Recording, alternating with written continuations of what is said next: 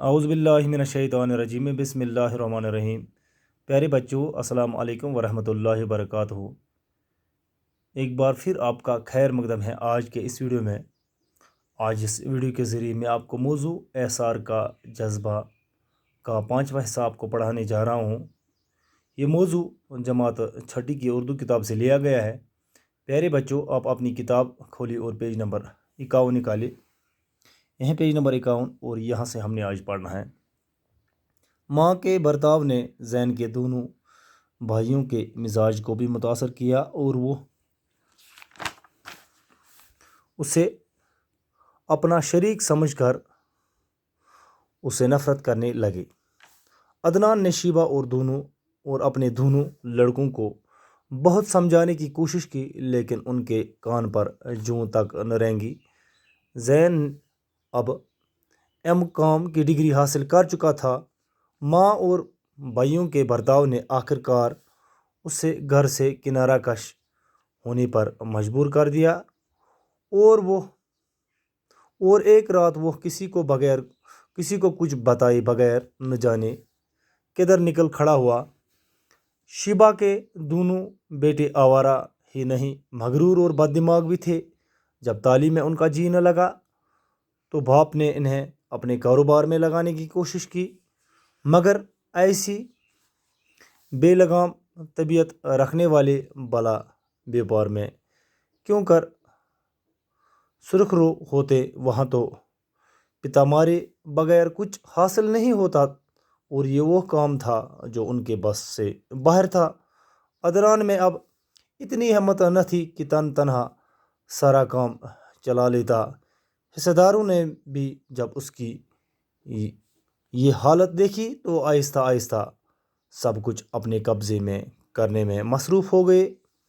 نتیجہ یہ ہوا کہ کچھ مدت بعد ہی اس کا دیوالا پڑ گیا۔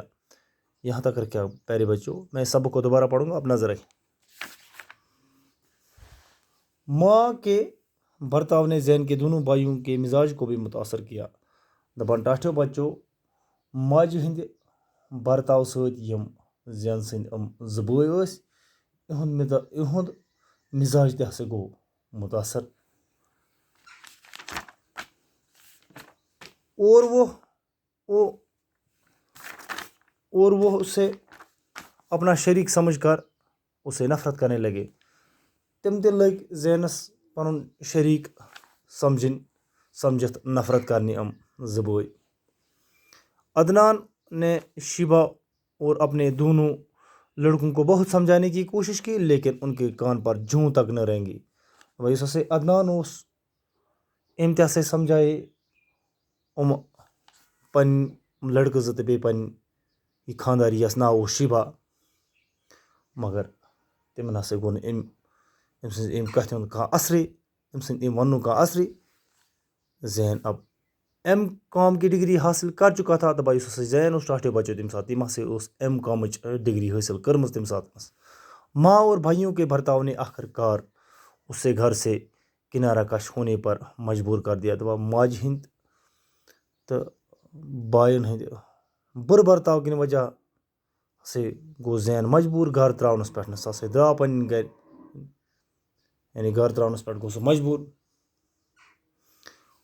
اور ایک رات وہ کسی کو بتائے بغیر نہ جانے کدھر نکل ہوا۔ دپان اکہِ دۄہ ہسا درٛاو سُہ پرژھنہٕ کارنہٕ ورٲے، یہ لوگ نہٕ پتہ کہ یہ کوکن درٛاو۔ شیبہ کے دونوں بیٹے آوارہ ہی نہیں مغرور اور بد دماغ بھی تھے۔ دپان یِم ہسا شیبہ سٕنٛدۍ زٕ لڑکہٕ ٲسۍ، یِم ہسا ٲسۍ نہٕ صرف یوت کہ آوارٕے بد چلنہٕ ییٚتہِ ٲسۍ نہٕ یِم کینٛہہ، مغرور اور بد دماغ بھی تھے۔ تِم ہسا ٲسۍ، تِمن ہسا اوس غروٗر، یعنی گھمنڈ اوس تِمن، بد دماغ ہسا ٲسۍ تِم۔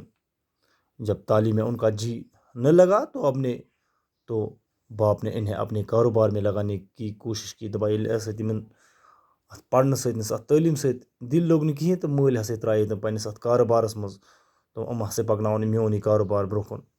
مگر ایسے بے لگام طبیعت رکھنے والے بلا بیپار میں کیوں کر سرخ رو ہوتے۔ دپان مگر یِتھ بے قابوٗ عادت تھاون وٲلۍ لڑکہٕ کِتھ کٔنۍ ہٮ۪کان مٲلۍ سُنٛد یہِ کاروبارس منٛز کامیاب گٔژھِتھ۔